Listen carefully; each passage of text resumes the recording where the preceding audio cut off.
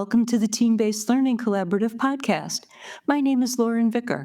I'm a communications professor emeritus from St. John Fisher University in Rochester, New York, and a member of the TBLC Marketing Committee.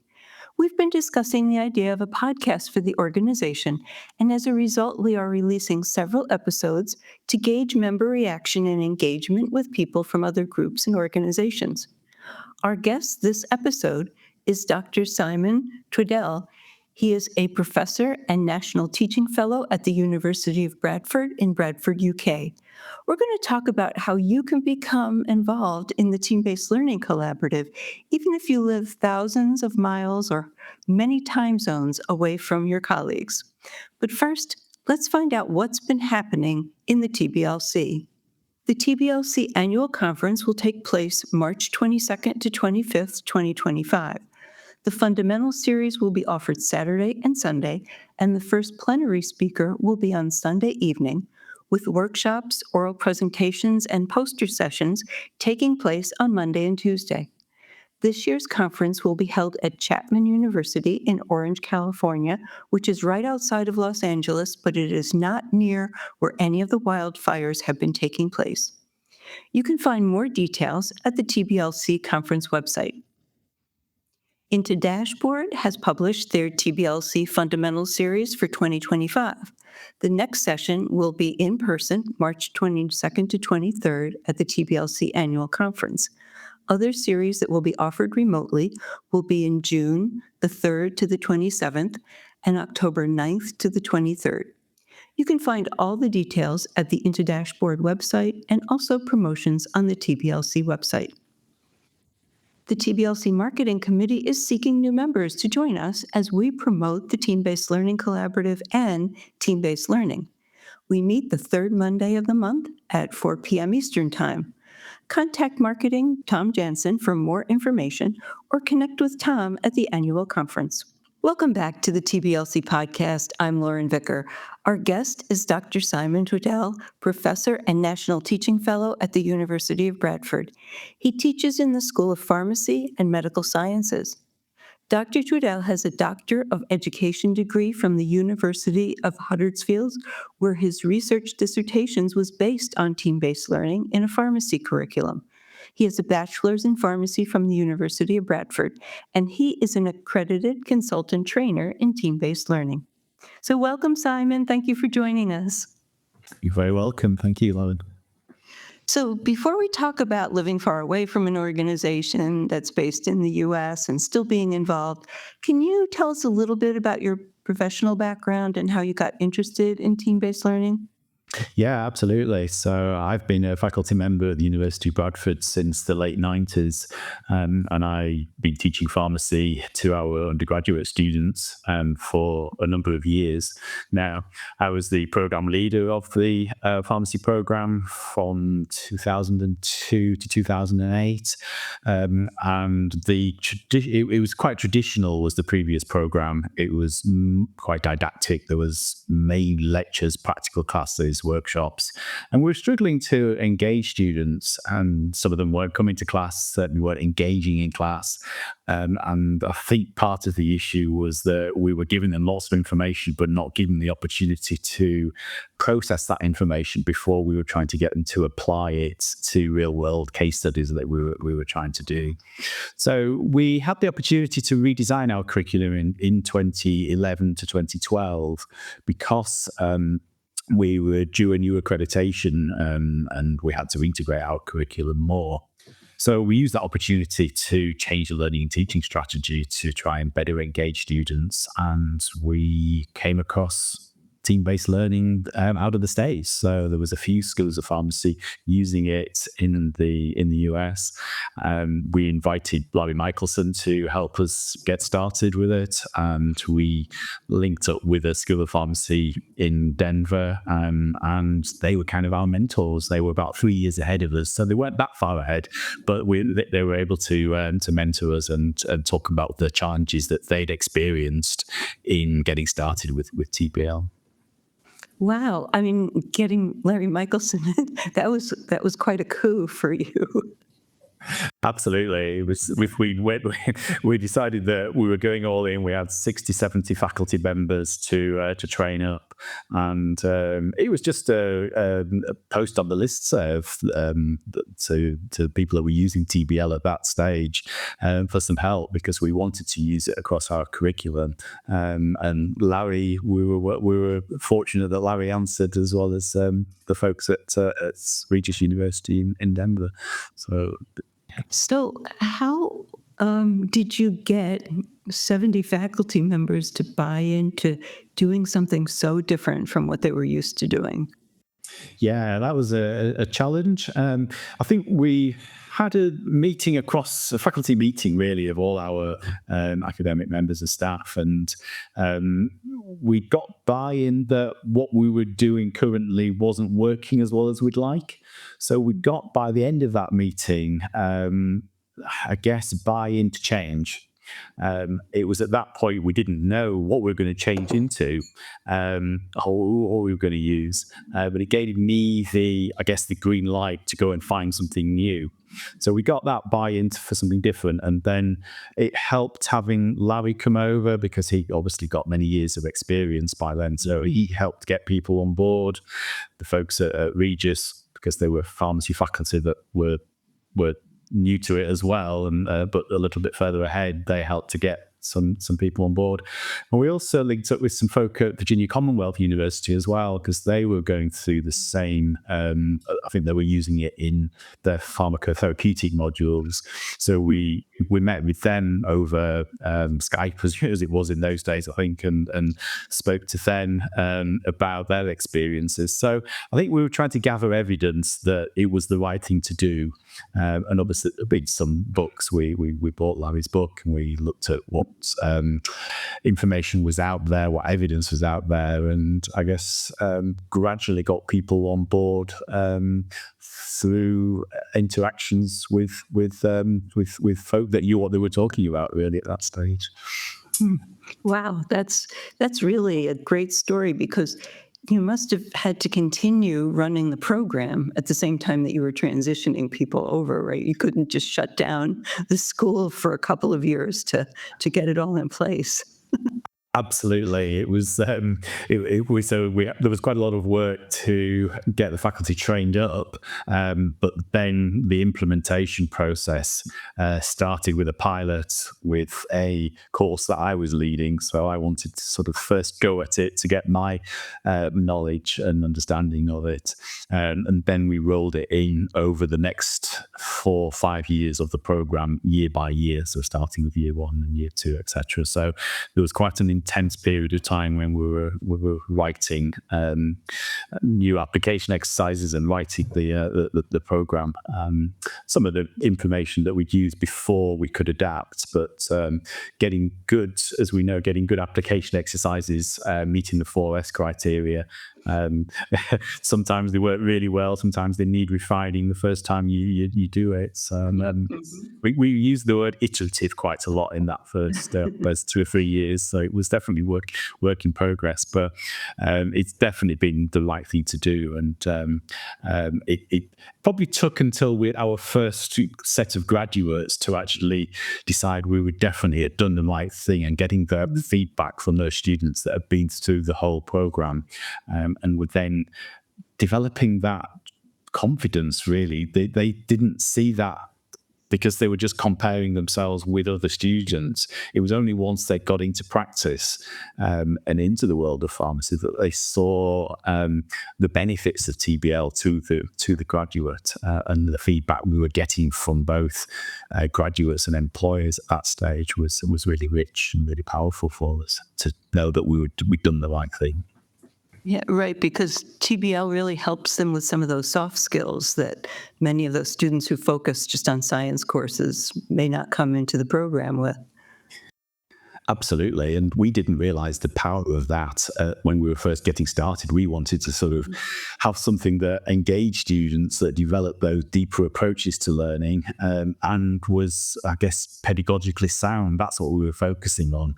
Everything else after that was a bonus. We knew that active learning and collaborative learning would help some of those skills, but we didn't see how powerful it was until we were well into the program by then.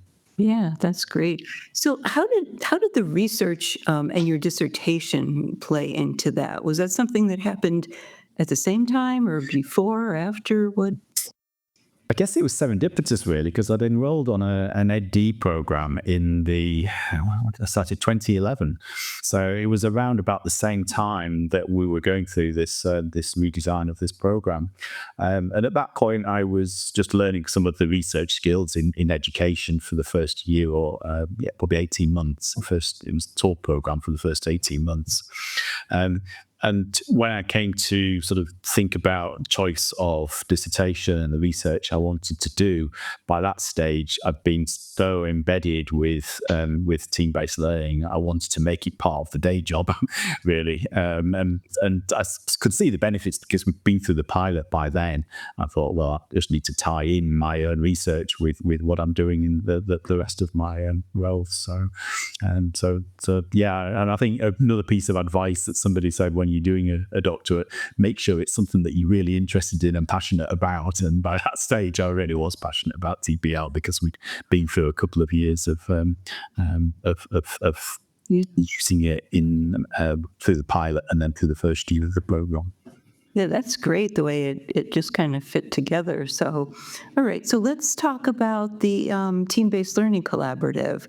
How did your involvement with them happen?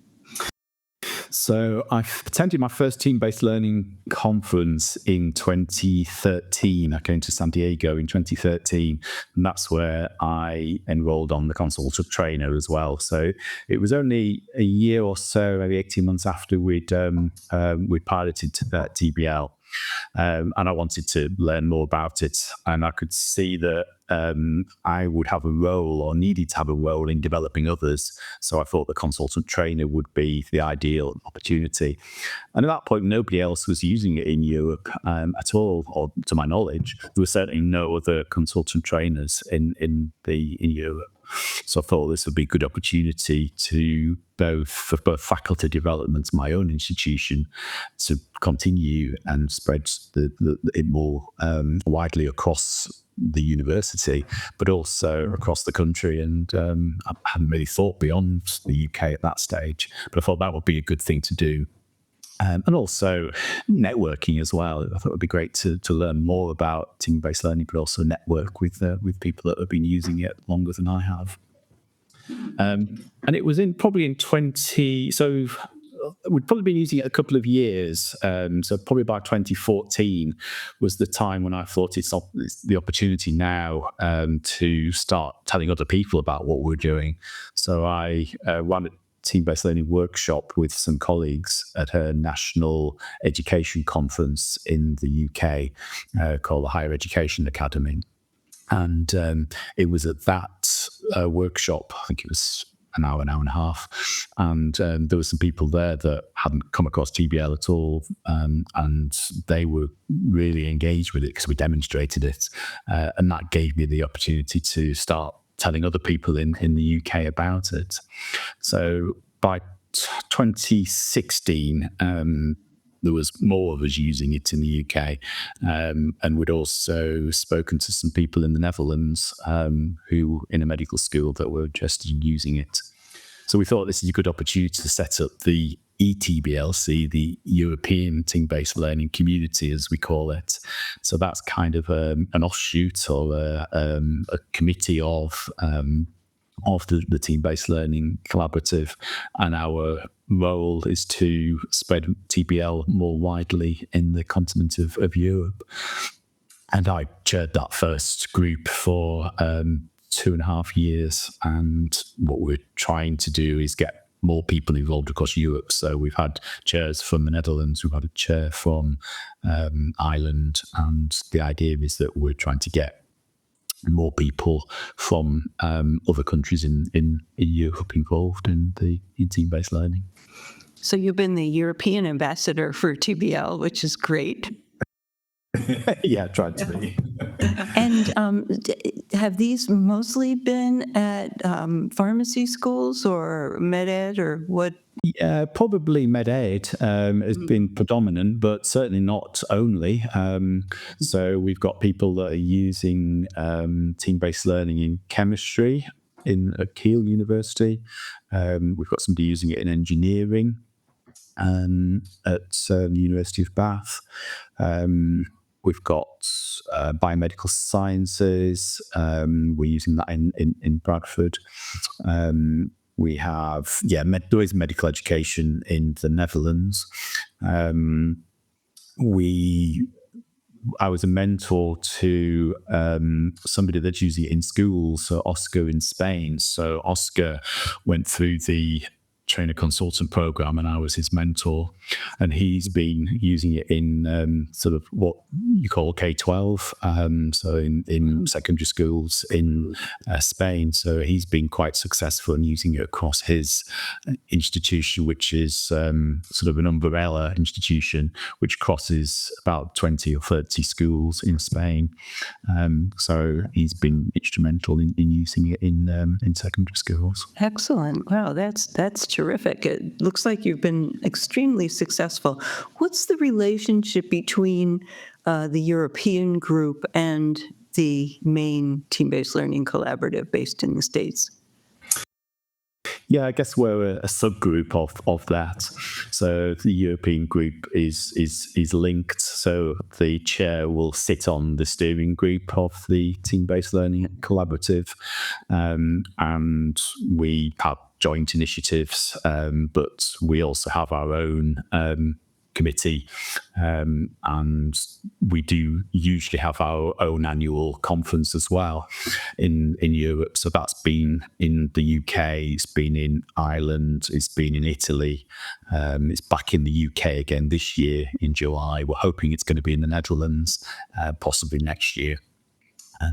So obviously language can be a bit of a barrier. So I think it's probably again been the English speaking languages that are taking it up more quickly in Europe.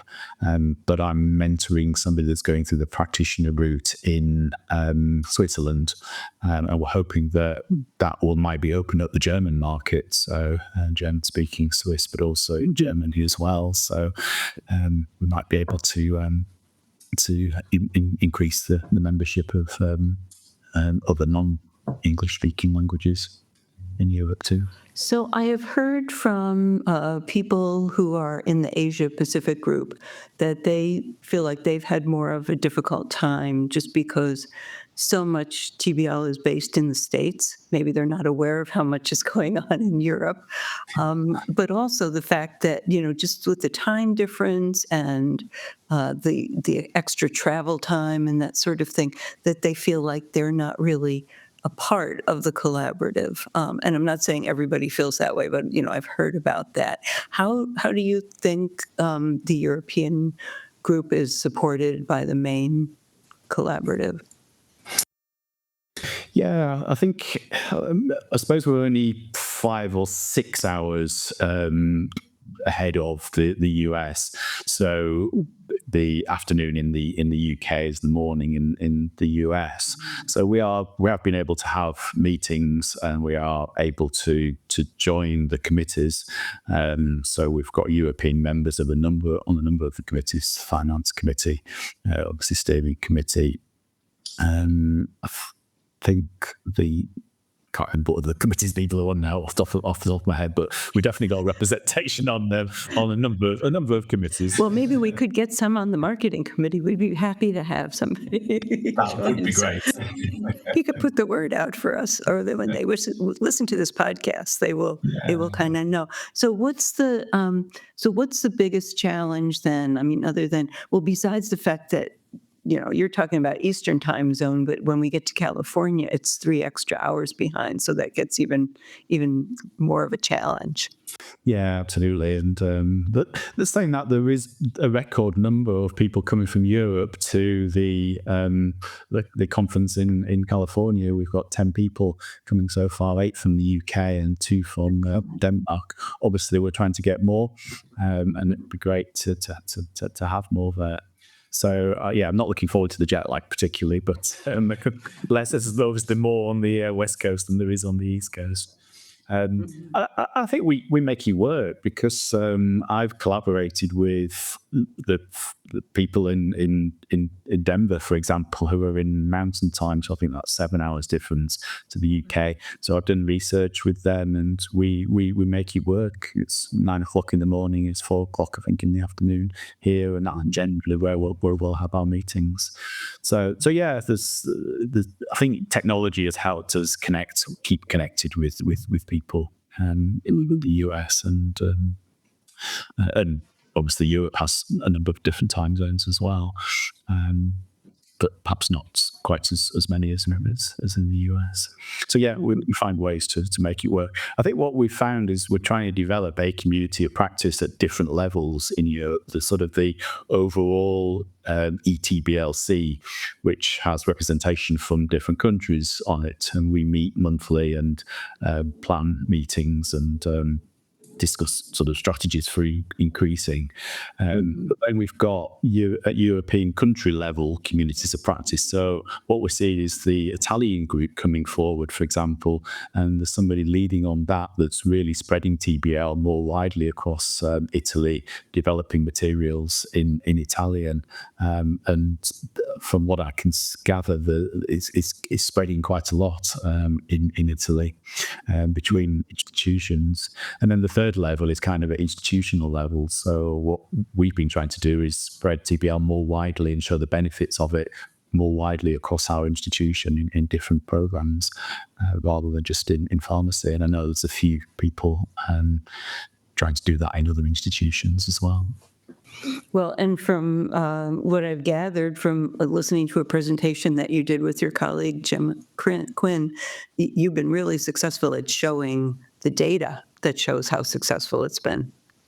Yeah, absolutely. So we were very lucky to get some funding from the UK government in 2017, and that helped us work well. We worked with 2 other universities, so it was a collaborative approach across 3 universities, and we were able to get the funding to fund an educational developer or instructional designer, I think they're called in the US, to work with a number of colleagues to upskill them to make sure they understood the benefit of TBL and how it works.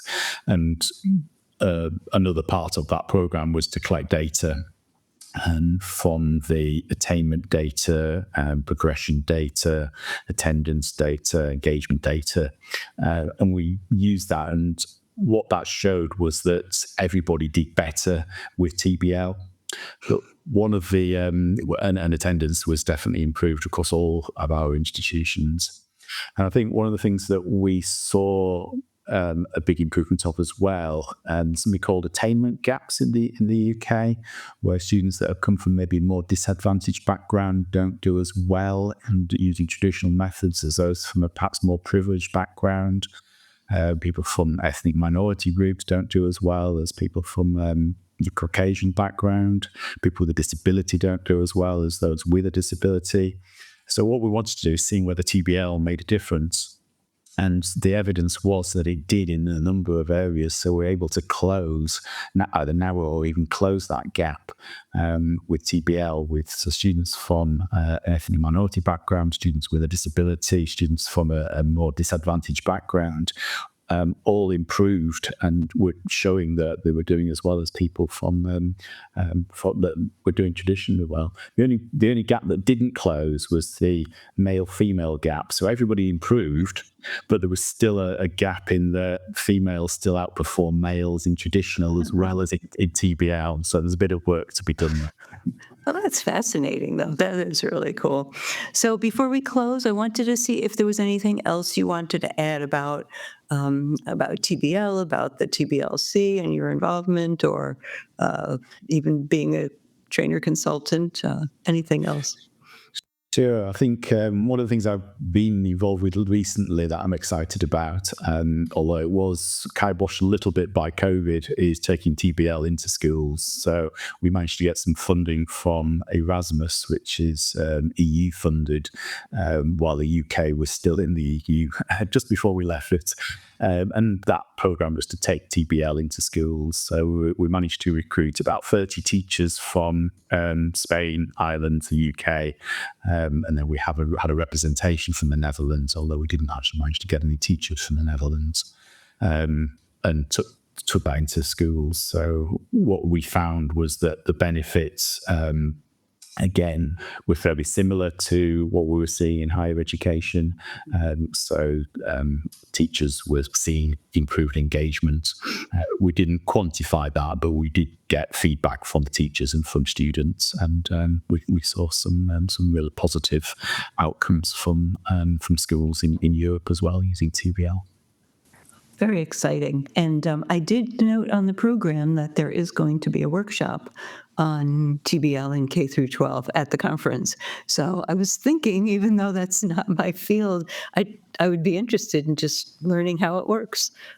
Absolutely. And Rachel Ward, who's leading on that, will be leading that workshop. And she's actually doing a PhD herself now. So we're supervising her for it. So she'll be coming to California with us, and is taking the lead on that workshop because she was one of the original teachers as part of that funding that we got, and she's been really excited by it. So yeah, she's really a positive role model for TBL in big schools. That's great.